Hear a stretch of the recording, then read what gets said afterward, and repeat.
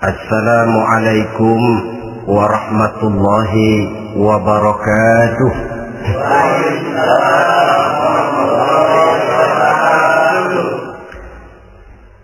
Alhamdulillahi rabbil alamin, wassalatu wassalamu ala ashrafil anbiya'i wal mursalin, sayyidina wa maulana Muhammadin wa ala alihi wa ashabihil mujahidin at-tahirin, amma ba'd. Saudara hadirin kaum muslimin rahimakumullah. Dalam kehidupan sehari-hari kita selalu berhadapan dengan dua hal yang berlawanan, dengan dua hal yang kontroversial kata orang sekarang, yang kita diharuskan memilih satu di antara kedua hal itu. Sejak kita bangun tidur sampai kita tidur lagi, selalu kita hadapi dua persoalan itu, yang benar dan yang salah, yang hak dan yang batil, yang pantas dan yang tercela, yang ma'ruf dan yang munkar. Persis seperti sebaik lagu yang lagi ngepop dan banyak dinyanyikan anak sekarang, madu di tangan kananmu katanya, racun di tangan kirimu. Tapi saya pikir-pikir, bagaimanapun kalau cuma sekedar madu di tangan kanan, racun di tangan kiri, adresnya jelas. Yang repot kalau kita sudah tidak tahu lagi mana yang madu, mana yang racun. Lebih celaka lagi di zaman sekarang, banyak racun mereknya madu. Kita terpedaya, kita terpesona, kita terpukau oleh racun yang bermerek madu ini. Kita minum dia, yang akibatnya rawan di dalam kehidupan kita. Sangat banyak racun-racun yang terpancang di sepanjang perjalanan hidup kita ini. Dan dua di antara racun kehidupan itu akan kita bicarakan pada pertemuan kali ini, yakni arak dan judi, minuman keras dan judi.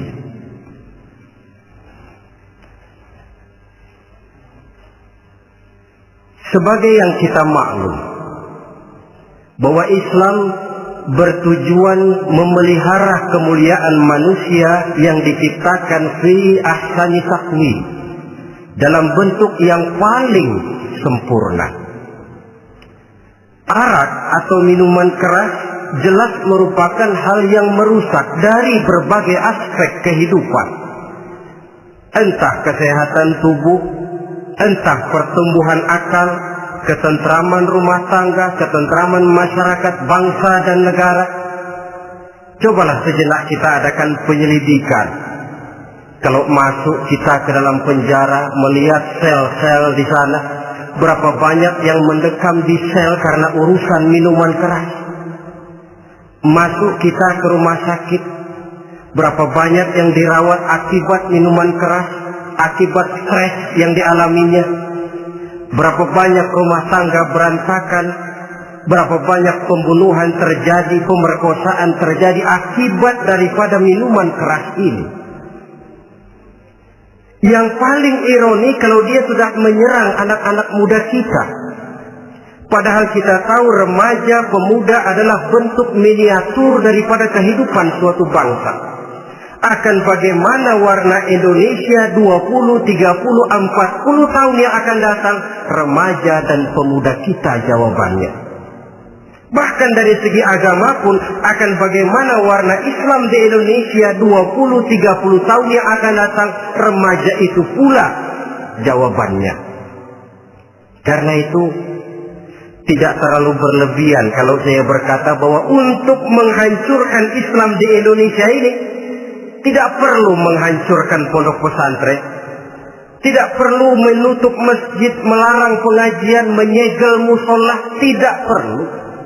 untuk menghancurkan Islam di Indonesia cukup dengan meracuni remaja, pemuda-pemudi Islam di Indonesia.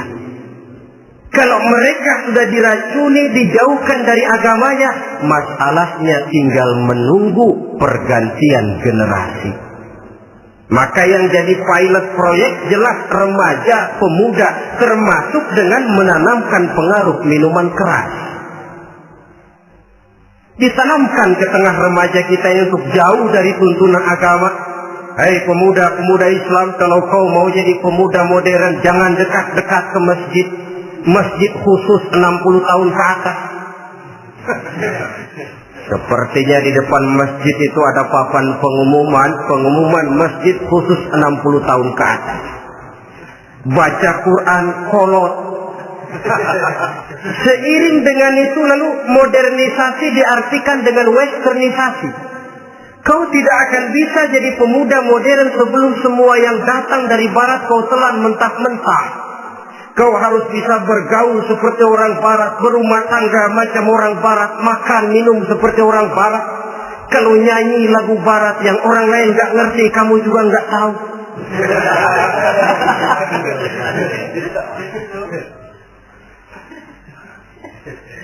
Anutlah itu free love yang pada gilirannya akan mengarah kepada free sex alias samen-liven.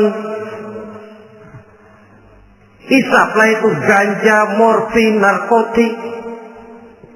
Jikalau sudah terlena kita dengan itu, maka kehancuran suatu bangsa sesungguhnya sudah dimulai. Penyakit minuman keras ini bukan cuma penyakit zaman ini. Masyarakat yang dihadapi oleh Rasulullah Sallallahu Alaihi Wasallam 14 abad yang lalu juga masyarakat yang kemaruk dengan minuman keras. Arab jahiliyah kalau sudah minum arak mabuk, tidak cuma minum, dia mandi pakai arak. Sistem pendidikan yang disampaikan Islam bijaksana. Mula-mula diberikan gambaran bahwa arak itu walaupun ada manfaatnya tapi ada bahayanya, dan bahayanya jauh lebih besar daripada manfaatnya. Tahap kedua diberikan pesan jangan mendekati sholat dalam keadaan mabuk. Padahal sholat 1 hari 1 malam 5 kali, artinya makin jauh saja dia dari arak itu. Pada saat kondisi iman sudah memungkinkan, barulah turun vonis bahwa arak itu najis, perbuatan setan, jauhi. Yang ironi yang saya katakan tadi, racun mereknya madu. Kadang-kadang kita dibuai dengan iklan yang tidak mendidik. Saya pernah lihat ada iklan misalnya, Anda ingin modern, majulah bersama minuman ini. Atau minuman ini lambang pergaulan dunia yang maju. Modern diukur dari minuman. Yang jadi korban akhirnya remaja dan pemuda-pemudi kita. Saya teringat satu analisa dari Rasulullah Sallallahu Alaihi Wasallam. Beliau bersabda, Inna min asratis sa'ah, sesungguhnya di antara tanda-tanda kiamat. Apa kiamat itu? Dalam arti yang umum, kiamat itu saat di mana alam ini hancur, bumi gempa, air laut tumpah ke darat, gunung meletus, planet-planet bertabrakan, lalu semua yang bernama hidup mati. Itu kiamat beneran. Saya nggak mau cerita kiamat beneran, sebab saya sendiri nggak kepengen ngalamin. Yang sering kita ngalami ini kiamat kecil-kecilan, kiamat mini. Apa kiamat mini itu? Hancurnya sendi-sendi kehidupan sosial. Maksiat merajalela, munkarat menjadi-jadi. Yang ma'ruf dianggap munkar, yang munkar malah menjadi ma'ruf. Yang salah disanjung-sanjung, yang benar dicaci maki. Tuntunan dianggap tontonan, tontonan malah jadi tuntunan. Kan kiamat kalau sudah begitu. Pencungkiran nilai. Kenapa hal semacam ini bisa terjadi?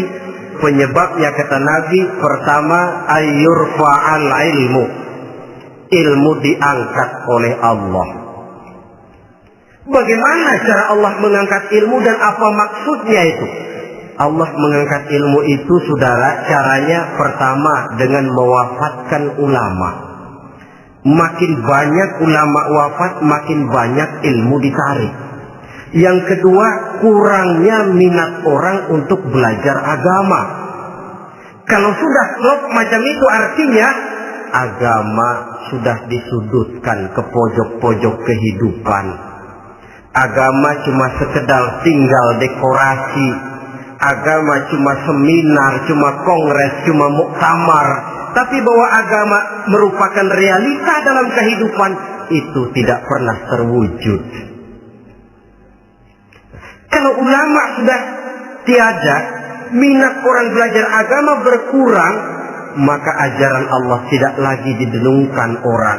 Dikala itu, wa yuzharul jahlu, akan muncullah kebodohan. Nampak kebodohan di mana-mana. Muncul permissive society, masyarakat yang merasa boleh hidup dengan kaidah serba boleh. Tidak ada halal, tidak ada haram. Tidak ada hak, tidak ada batil, semuanya serba boleh. Kalau sudah begitu kondisi masyarakat, terjadilah apa yang dianalisa oleh Nabi. Dikala itu wayak suazina, zina dikerjakan berterang-terangan. Orang sudah tidak punya malu. Hidupnya sudah pakai prinsip punya kuping kebo.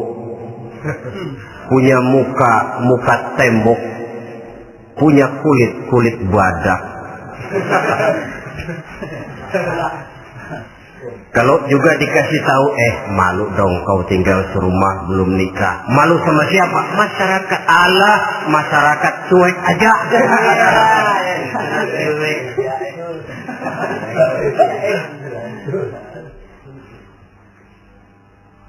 Bukankah realita kalau kita ikuti surat-surat kabar, berapa banyak sudah gadis-gadis bergelimpangan jadi korban?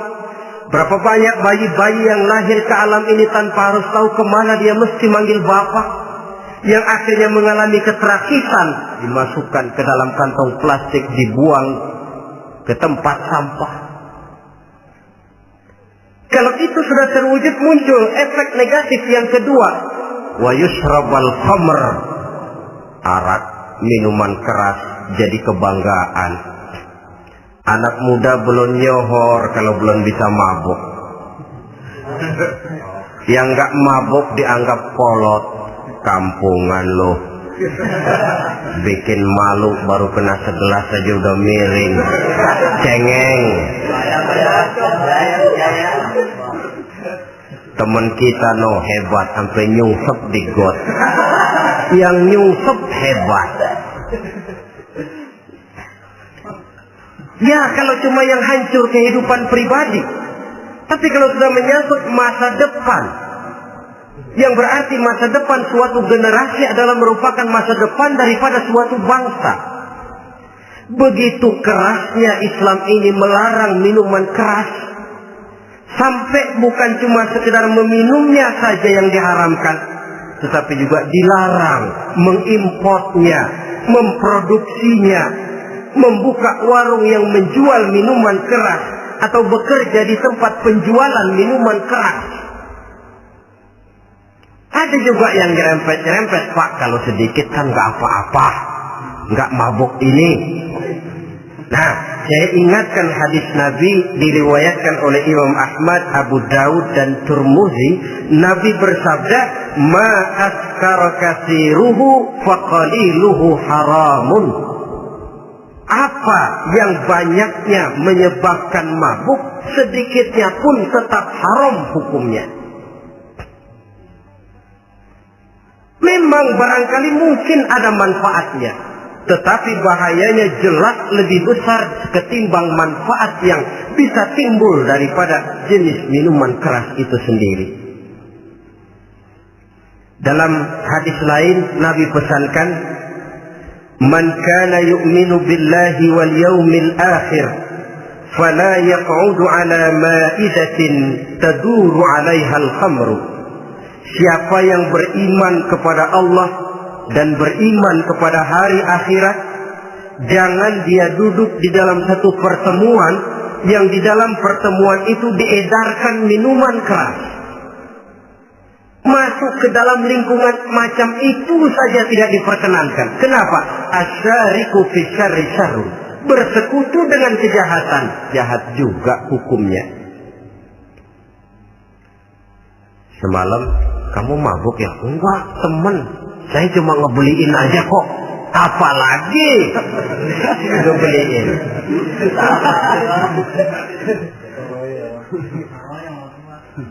Sebab apa? Dalam keadaan mabuk, orang tidak lagi bisa berpikir secara logik. Daya kontrol hilang, artinya perbuatan sudah tidak terkontrol lagi. Yang pertama. Yang kedua, IQ tidak akan tumbuh dan berkembang secara normal seperti yang kita harapkan. Yang ketiga, harga diri akan runtuh hancur di tengah masyarakat. Bayangkan kalau tengah malam kita digotong orang diantar ke rumah kita. Dengan kondisi macam itu masih punya muka kita untuk tegak di tengah masyarakat. Masih punya harapan kita untuk tumbuh menjadi pemimpin sementara orang terkenang. Ini kan yang kemarin malam gua gotong, dia lagi mabuk. Harga diri, kepribadian. Jangan lupa saudara, kita hidup di tengah masyarakat. Masyarakat itu punya hukum yang tidak tertulis, tapi lebih kuat dan lebih kejam daripada hukum tertulis. Orang bilang, sekali arang tercoreng di dahi, seumur hidup orang akan tetap ingat. Makanya Rasulullah dalam hadis memberikan tamsil untuk adik-adik remaja muslim ini, masalul mu'min kamasalin nahli. Perumpamaan orang yang beriman itu persis seperti tawon. Mentalitas orang mukmin persis tawon. Apa mentalitas tawon? Kalau kita ngaji bab tawon, kita renungi apa keistimewaan tawon. Saya lihat-lihat, ternyata tawon itu punya 4 keistimewaan. Pertama, tawon itu yang dihisap selalu saripati bunga. Bagus makanannya. Belum pernah tawon keliru makan. Saya belum pernah dengar kok ada tawon makan tahu.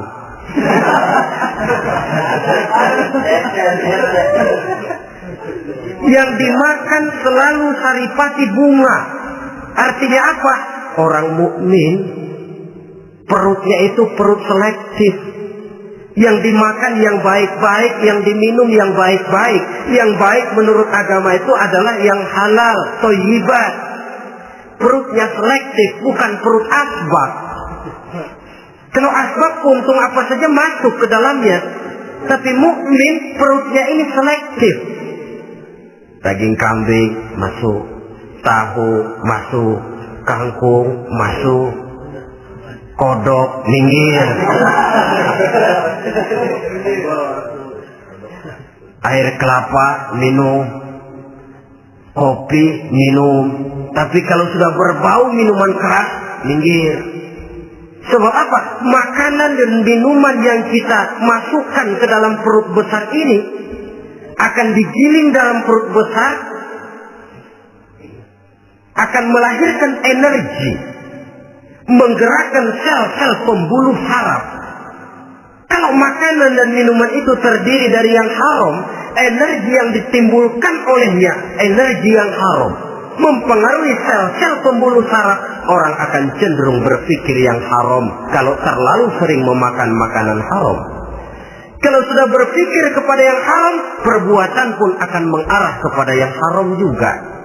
Contoh kecil aja dah, ada nggak maling mikirin majelis taklim? Karena yang dimakan lebih banyak yang haram, yang dipikir paling-paling nanti malam rumah siapa lagi nih ya? Sudah mengarah ke sana.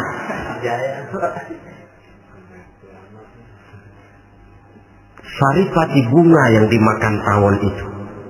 Lalu tawon yang kedua saya lihat yang dikeluarkan selalu madu. Artinya apa orang mukmin itu? Kalau dia berkata, perkataannya mengenakan orang. Kalau dia berbuat, perbuatannya membawa manfaat bagi orang. Kalau kakinya melangkah tentu ke tempat yang ada gunanya, yang dikeluarkan madu, bukan racun. Indah tawon itu. Yang ketiga, tawon saya lihat, kemanapun dia hinggap, tidak ada dahan patah. Artinya apa? Orang mukmin dimanapun dia tinggal, kemanapun dia pergi, pantang jadi biang kerok buat lingkungannya, pantang menimbulkan kerusuhan dan keonaran. Tidak ada cabang patah dimanapun tawon hinggap. Tapi juga yang keempat, saya lihat-lihat tawon itu jangan coba-coba diusik. Satu kali dia diusik, kemana orang lari, nyilem masih ditungguin. Tawon. Tapi kalau nggak diusik, nggak ada tawon usil ke pasar nyariin orang. Ketika dia diusik, inilah saatnya saya harus mempertahankan kehormatan diri saya. Dia pun bangkit. Artinya apa? Orang mukmin tidak boleh nyari-nyari musuh. Tapi ketemu musuh tidak boleh lari. Musuh jangan dicari, bertemu pun jangan lari. Mentalitas orang mukmin seperti tawon. Yang dimakan baik, yang dikeluarkan baik. Kemana dia tinggal tidak menimbulkan keonaran buat masyarakat, tapi juga sanggup menjaga dan mempertahankan kehormatan dirinya. Kalau konteksnya dengan masalah yang sedang kita bicarakan, minuman keras. Saya katakan tadi, kita kadang-kadang salah pilih, tertipu oleh racun yang bermerek madu. Ada minuman empuk, nyari yang keras. Salah pilih. Ketahuan orang bikin pel buat anjing, manusia yang nelen. Akhirnya miring kayak anjing. Saudara, mari kita renungi An-Nisa ayat 140. Allah Subhanahu wa ta'ala mengingatkan, "Qad nazzala 'alaikum fil kitabi an idza sami'tum ayati Allahi yukfaru biha wa yustahza'u biha fala taq'udu ma'ahum hatta yaqudu fi haditsin ghairi innakum idzam mithluhum." Sungguh kata Allah, telah diturunkan kitab Al-Quran ini kepada kamu, yang apabila kamu dengar ayat-ayat Allah itu diingkari orang, diejek-ejek orang, fala taqudu ma'ahum, jangan kamu duduk bersama orang-orang semacam itu. Bagaimana mengejek ayat-ayat Allah? Misalnya, tahu kalau minuman keras itu diharamkan, tapi masih minum juga, itu kan mengejek ayat namanya. Duduk di majelis semacam itu dilarang oleh Quran. Kenapa? Innakum idzam mithluhum. Kalau kamu juga duduk di majelis semacam itu, kau dan mereka sama saja, kata Quran. Sama saja. Tahu kalau minuman yang memabukkan itu diharamkan agama, tapi minumnya juga mengejek ayat Allah. Duduk di tengah kelompok mereka berarti ikut mengejek ayat Allah. Dekat saja pun jangan, entahlah lagi sampai meminumnya. Maaf, bukankah Allah menurunkan Al-Quran kepada manusia, kata Imam Al-Ghazali, persis, maaflah, seperti gubernur bikin surat kepada Pak Lurah. Dalam suratnya Pak Gubernur bilang, Pak Lurah, tolong carikan tanah di daerah Kebayoran untuk sekolah 6.000 meter. Pak Lurah dapat surat dari Pak Gubernur, bangga bukan main. Itu surat sore, pagi, siang, malam dibaca. Ditaruh di tempat yang tinggi. Diberikan minyak wangi, mau diambil, dicium dulu. Dibawa dengan penuh hormat dan hati-hati. Tapi tanah yang dipesan Pak Gubernur tidak dicari-cariin. Penghargaan macam apa ini? Nanti Gubernur cek, Pak Lurah, siapa? Sudah terima surat saya? Sudah Pak, sudah. Bagus. Lalu bagaimana? Aduh Pak, surat Bapak sore pagi siang malam saya baca. Bagus. Apalagi Lurah? Surat Bapak saya taruh di tempat yang tinggi Pak. Saya pakaiin minyak wangi. Mau saya ambil, saya cium dulu. Saya bawa dengan penuh hormat dan hati-hati. Bagus Lurah, kau memang hormat sama atasan. Cuman Lurah, tanahnya udah dicariin belum? Nah yang itu belum tuh Pak. Belum. Kata Gubernur, bagus Lurah, besok berhenti lo ya.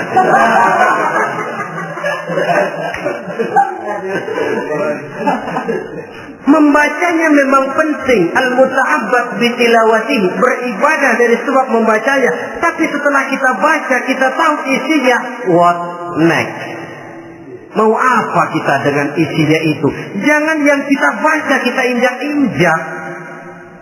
Itulah ironinya. Bagaimana Quran itu mau membawa keberkahan dalam hidup ini, kalau yang kita baca sering kita injak-injak. Dalam kehidupan kita baca ayat wa ahallallahu al-bai'a wa harrama riba. Allah halalkan jual beli, Allah haramkan riba, tapi renten ditelan terus.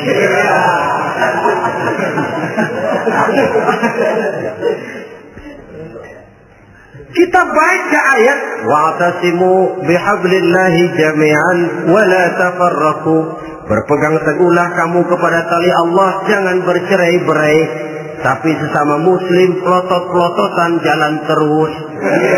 Janganlah yang sesama muslim kadang-kadang yang mengklaim dirinya sebagai pemimpin Islam kelihatannya juga sikut-sikutan jalan terus.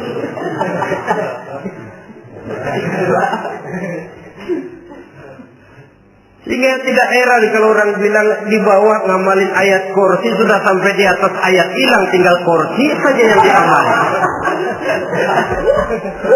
Ironi dan menyedihkan. Perjalanan panjang memang saatnya kita menunggal dengan Al-Quran ini. Tetapi prosesnya memang harus kita mulai dari sekarang. Perkara kapan proses ini selesai, itu bukan masalah kita. Tapi bahwa kita sudah memulai suatu proses, itulah yang diharapkan. Hadirin yang saya hormati,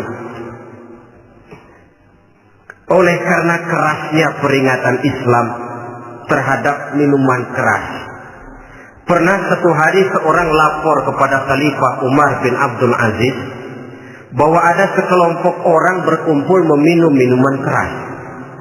Kata Khalifah Umar bin Abdul Aziz, zerah mereka, hukum, cepat. Ya Khalifah, kenapa? Di tengah mereka ada juga orang yang Ramadan biasa puasa. Begitu, iya, yang biasa puasa duluan hukum. Kenapa? Mengerti memang lebih besar resikonya daripada tidak mengerti. Kalau yang tidak mengerti dilatar belakangi oleh kebodohan, barangkali masih bisa ditolerir, masih bisa dimaklumi. Ini toh sudah tahu mau puasa, kenapa berkumpul di majelis yang ada minuman keras? Tapi memang kelompok ini kan memang selalu ada. Kita lihat dalam masyarakat itu kan ada 4 kelas.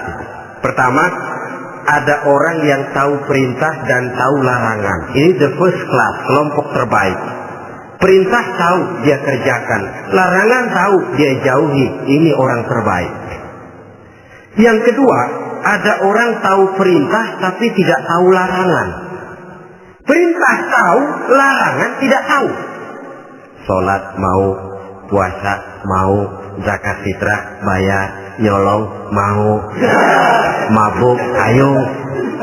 Perintah tahu tapi larangan tidak tahu, akhirnya semua dikerjain. Barangkali yang rada bingung malaikat bagaimana nyatatnya ini, kotor absen. Gelas yang ada di hadapan saya ini, kalau semua diisi air putih macam ini, kan jelas bisa diminum orang. Kalau semua diisi bensin, jelas bisa diminum motor. Tapi kalau separuh diisi air putih, separuh diisi bensin, kacau. Kalau gelas yang ada di hadapan saya ini sepenuhnya diisi air putih, jelas bisa diminum orang. Kalau sepenuhnya diisi bensin, juga jelas bisa diminum motor. Yang repot kalau separuh diisi air putih, separuh diisi bensin. Kacau statusnya. Orang minum mabok, motor minum pun mogok. Dijual juga tidak laku barang campuran. Inilah makna pernyataan Allah, wala talbisul haqqa bil batil. Jangan kamu campur adukan antara yang hak dan yang batil. Perintah dikerjakan, larangan pun dikerjakan juga.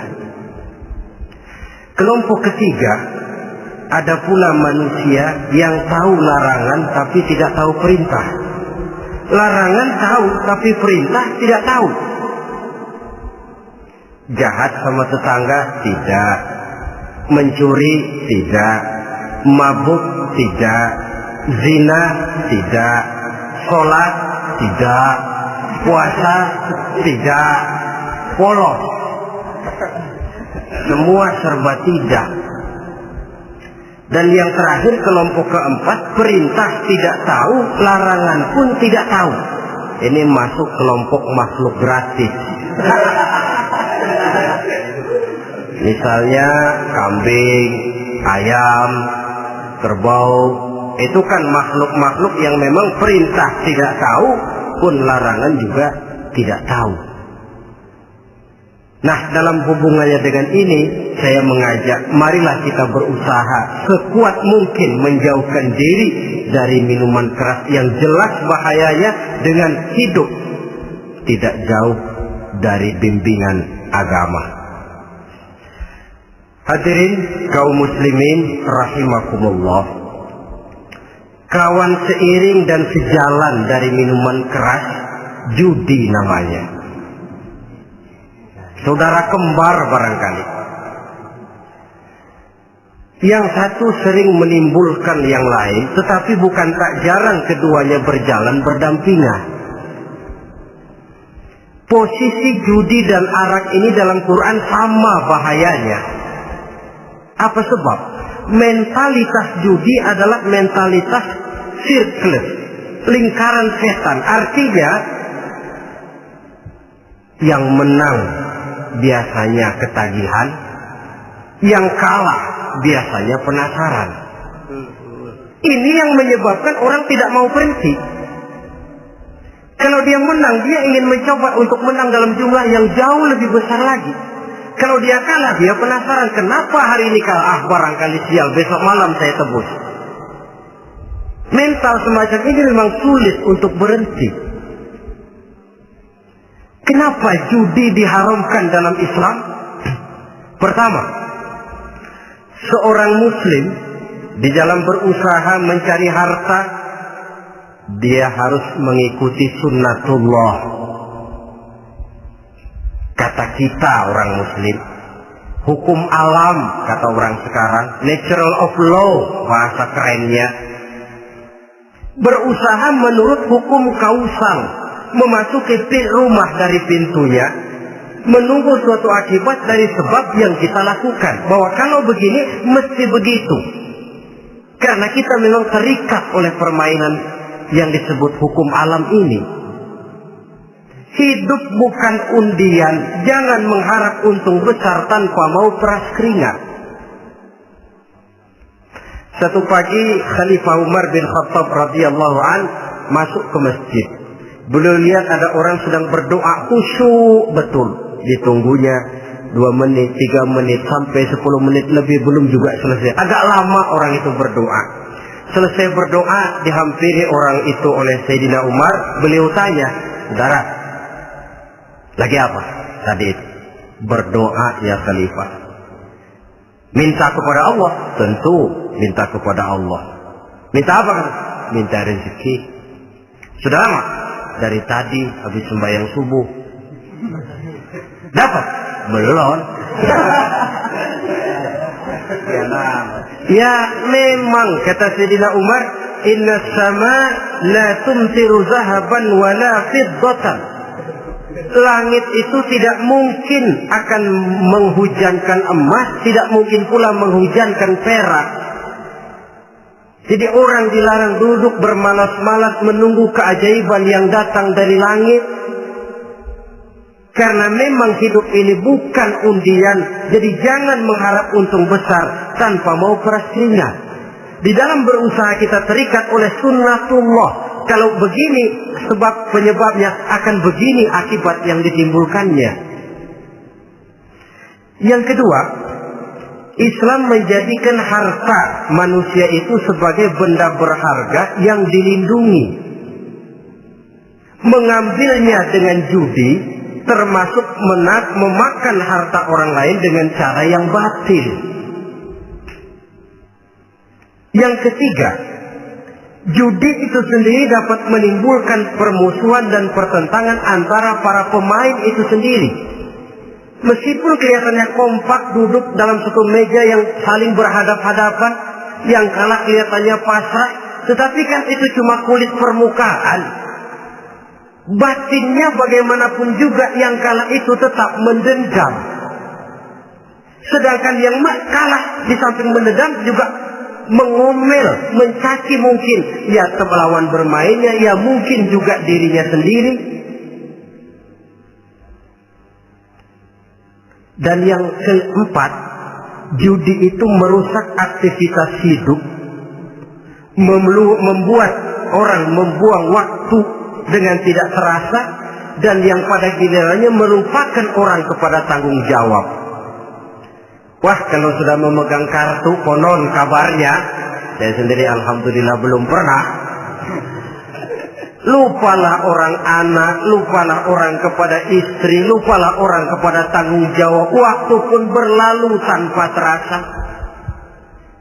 Apalagi kalau sudah diiming-iming oleh gambaran akan memperoleh keuntungan yang besar. Termasuk di dalam judi itu undian, apapun namanya.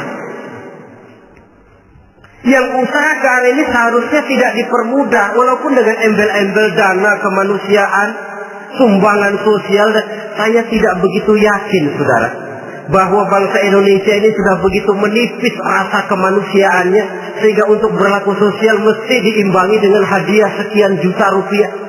Saya tidak percaya bahwa umat Islam di Indonesia sudah begitu tipis rasa kasih sayangnya kepada sesama, sehingga sulit mengeluarkan bantuan kalau tidak diimbangi dengan hadiah yang sekian puluh juta rupiah. Yang saya khawatir apa? Pada gilirannya di negeri ini akan makin banyak penghayal-penghayal kelas berat, tukang-tukang ngelamun kelas tinggi, yang hidup cuma ngumpulin jikalau andai kata umpama misalnya orang sudah kemana-mana kita masih menghitung jikalau.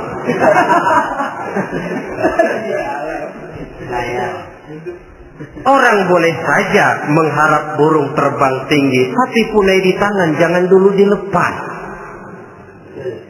Artinya idealisme silahkan terbang setinggi langit, tapi kaki harus tetap berpijak di alam realita. Bahwa memang lebih baik makan singkong dalam kenyataan daripada makan roti tapi ngimpi.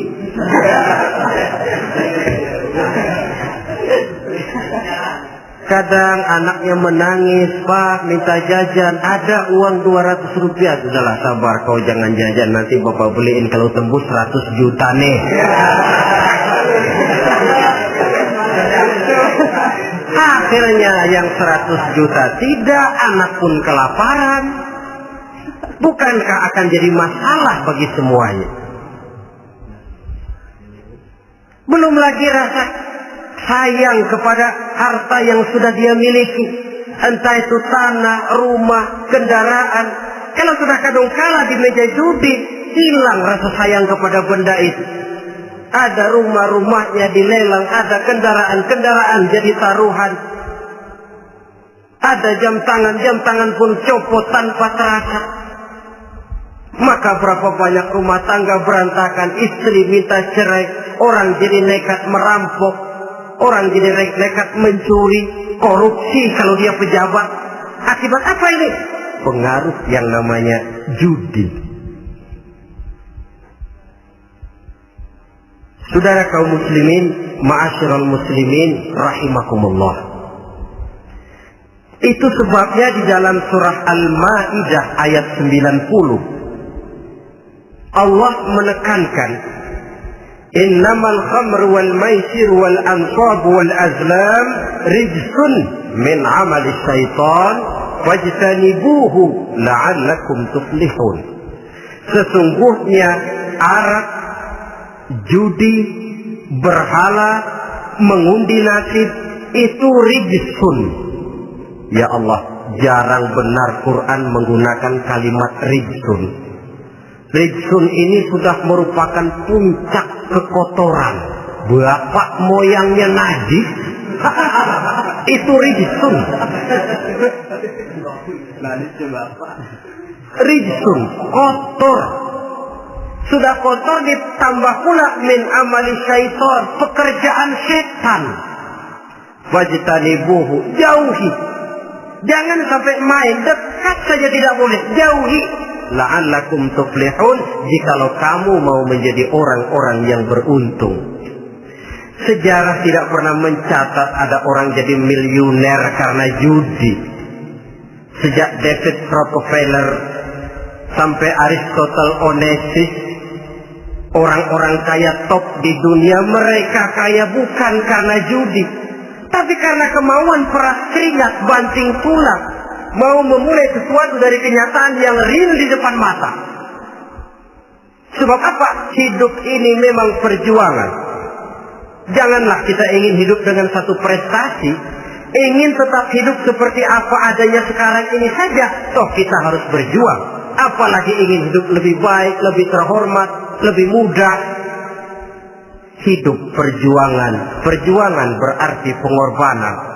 Berani hidup artinya berani berjuang. Berani berjuang maksudnya rela berkorban. Takut berkorban, jangan berjuang. Tidak mau berjuang, berhenti hidup. Itu logika. Dan bagaimanapun saya yakin lebih baik berkorban daripada menjadi korban. Kalau sekarang kita berkorban, peras keringat, banting tulang, berusaha secara sunnatullah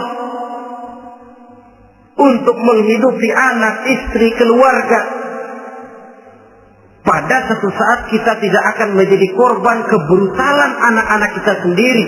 Kalau mereka dibesarkan dan tumbuh berkembang oleh hasil yang diperoleh dari meja judi.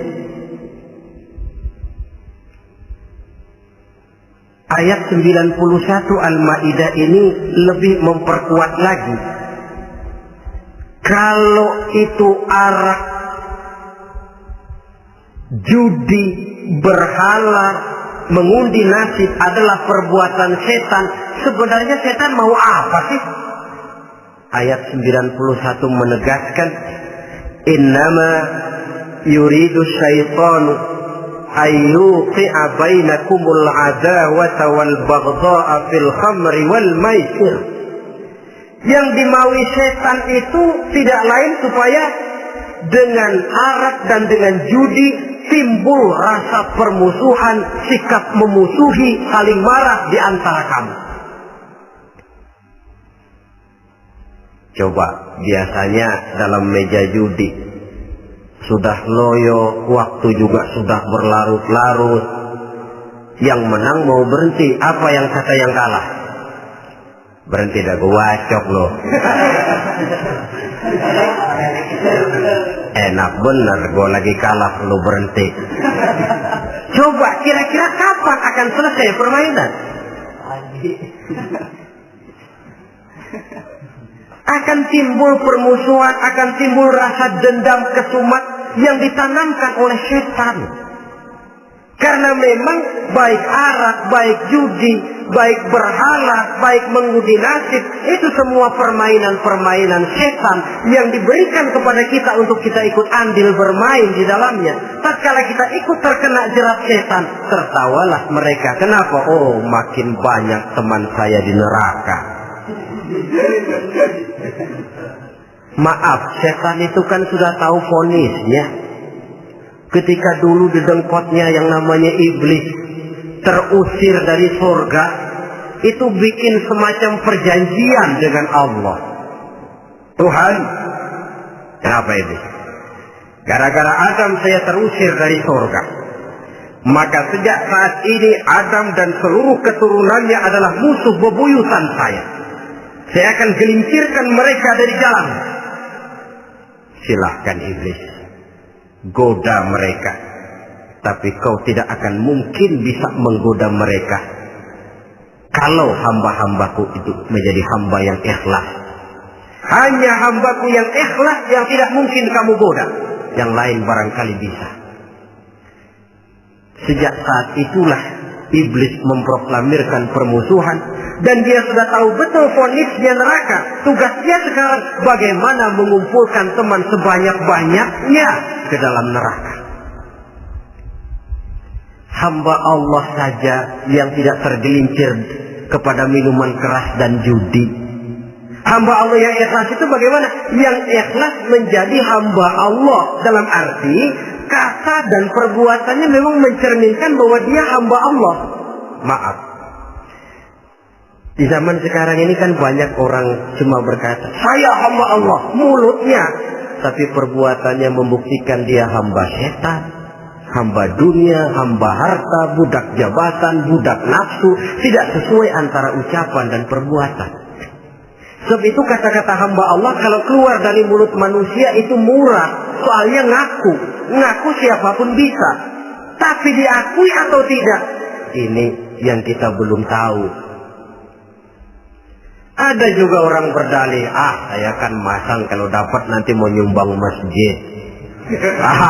Barangkali aja kalau nyumbang masjid disoriin dikit sama Tuhan.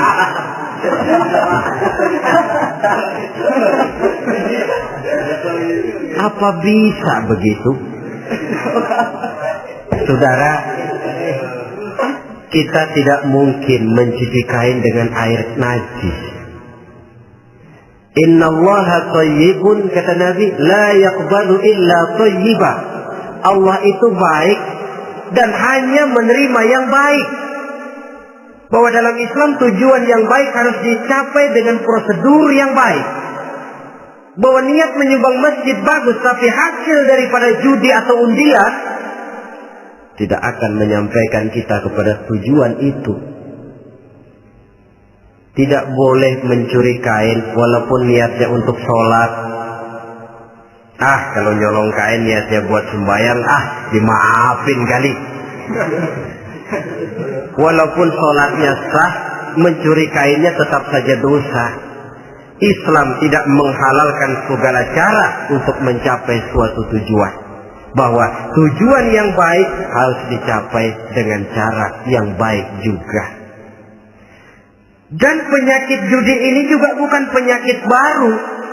Sejak dulu masa jahiliyah judi mereka, saya kira kalau Las Vegas, kota judi Amerika saja barangkali masih kalah dengan cara judi jahiliyah dulu.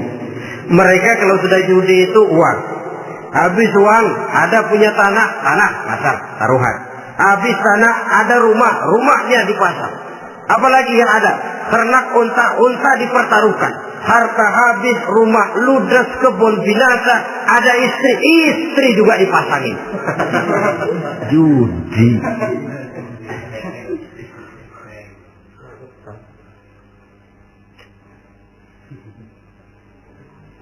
Kita sebagai muslim oleh Al-Quran dijelaskan orang yang mempunyai dua tujuan hidup.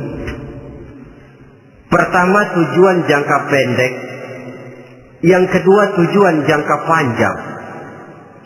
Tujuan jangka pendek dunia dan seluruh isinya. Tujuan jangka panjang adalah akhirat dan ridho Allah. Ini yang terpantul dalam doa setiap kita. Rabbana atina fid dunya hasanah wa fil akhirati hasanah. Tercapai tujuan jangka pendek fid dunya hasanah dan tujuan jangka panjang wa fil akhirati hasanah. Untuk mencapai tujuan jangka pendek, merangkul dunia dan seluruh isinya, apa yang menjadi modal utama? Pertama, pendidikan.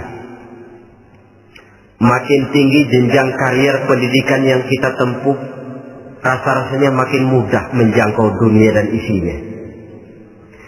Yang kedua, pengalaman. Tenaga expert masih tetap diperlukan. Makin banyak pengalaman, makin mudah menjangkau dunia. Yang ketiga, dan ini ada tapi tidak bisa dijadikan pegangan, faktor nasib. Faktor kebetulan ada, tapi tidak bisa dijadikan pegangan mutlak. Pendidikan, pengalaman, ingin menjangkau fid dunia hasanah, ini modal utama. Lalu untuk mencapai fil akhirati hasanah, prestasi ibadah.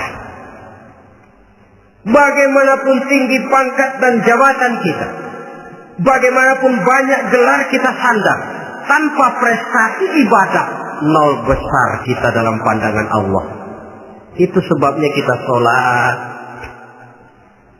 Jadi tidak beralasan kalau orang ditanya, kenapa sih kamu nggak sholat? Ah, tetangga saya sholat melarat terus.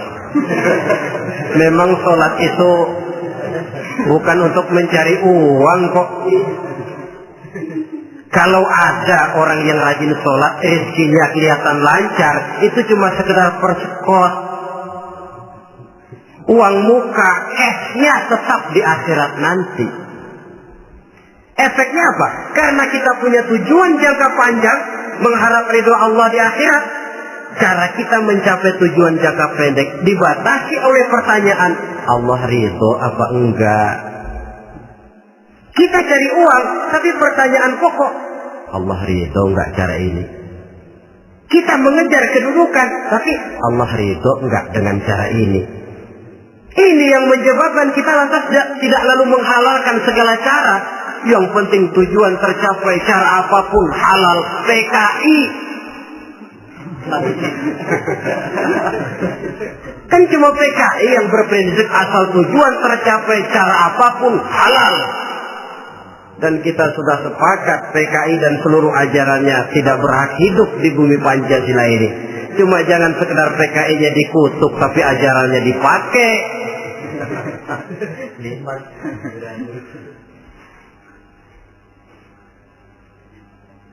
Nah, untuk mencapai dua tujuan ini,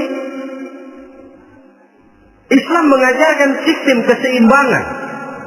Sehingga Nabi sabdakan, "I'mal li dunyaka ka'annaka ta'ishu abada, wa'mal li akhiratika ka'annaka tamutu ghada." Bekerjalah buat duniamu seolah-olah kau akan hidup untuk selamanya, tetapi bekerjalah untuk akhiratmu seolah-olah kau akan mati besok. Jadi kalau kita sudah sholat menghadap Allah, usolli fardhu maghrib, Allahu Akbar, ingat seolah-olah kita akan mati besok supaya timbul khusyuknya. Tapi kalau kita sudah bekerja, kuliah, bekerja, belajar di tempat tugas, ingat seolah-olah kita akan hidup selamanya supaya timbul gairah kerja. Jangan dibalik. Di kantor ingat mati, lemas terus. Ngapain kerja sungguh-sungguh bakalan mati. Lagi sholat ingat Duta Merlin, Altiron Plaza, ya kacau. Salah pasang, tidak pada tempatnya. Untuk mencapai di dunia hasanah ini, Islam mengajarkan tempuh jalur yang mengikuti sunnatullah. Itu yang dihargai oleh agama. Terikat oleh hukum kausal bahwa kalau ini yang saya usahakan hasilnya akan begini. Perkara nanti hasil tidak seperti yang kita harapkan, baik sangkalah kita kepada Allah. Sebab kita tidak tahu rahasia apa di belakang itu. Kadang orang mengeluh, habis saya rajin sholat tapi rezeki seret, berhenti aja dah. Kita tidak tahu rahasia di belakang itu. Pernah hadirin, satu hari seorang petani, dia selesai bekerja di ladang, istirahat. Dia tidur di bawah sebuah pohon beringin. Di sebelah pohon beringin itu ada pohon labu. Dia berpikir, kalau saya lihat-lihat Tuhan nggak adil katanya. Masa pohon beringin pohonnya besar, buahnya kecil. Pohon labu pohonnya kecil, buahnya gede. Tuhan bukan arsitek ulung ini.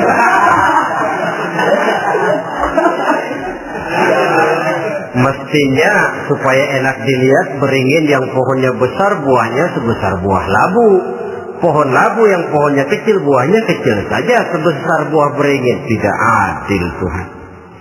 Baru dia selesai berpikir Tuhan tidak adil, jatuh sebutir buah beringin tepat menimpa hidungnya. Dia terkejut. Astagfirullahaladzim. Kalau begitu saya sadar katanya, Tuhan benar-benar adil. Coba kalau buah beringin segede buah labu, waduh kayak apa muka saya ini.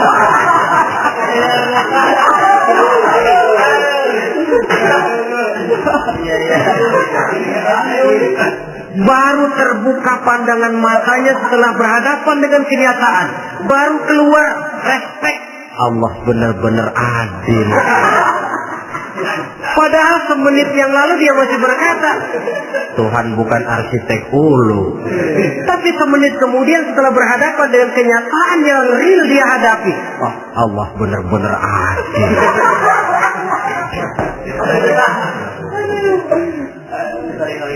Itulah kehidupan ini.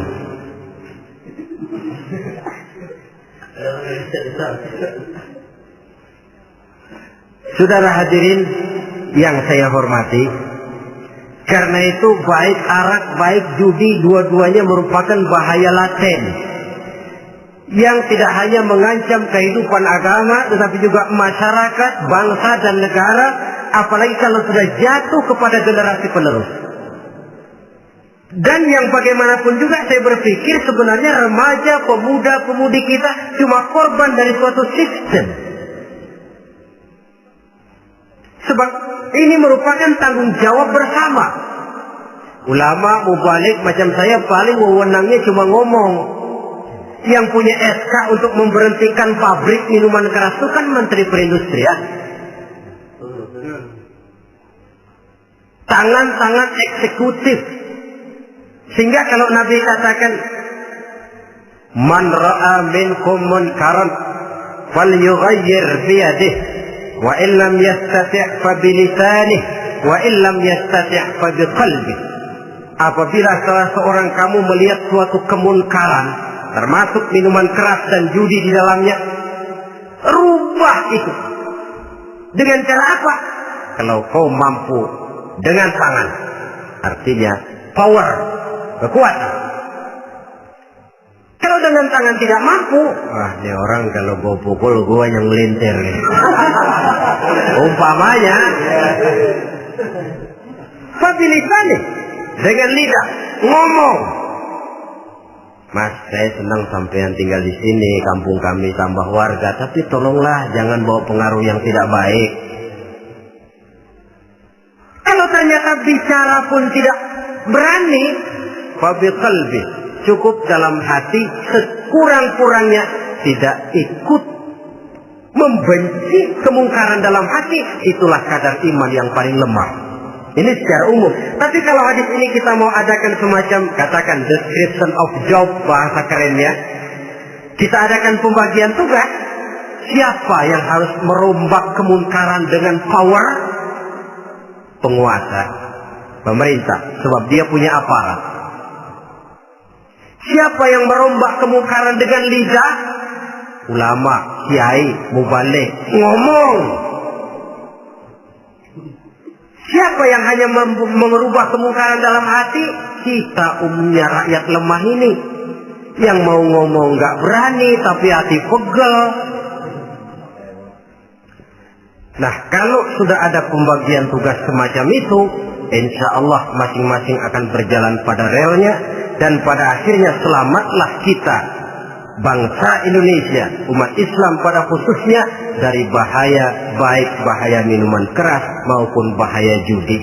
Menyelamatkan bangsa dan yang lebih lagi menyelamatkan masa depan kita.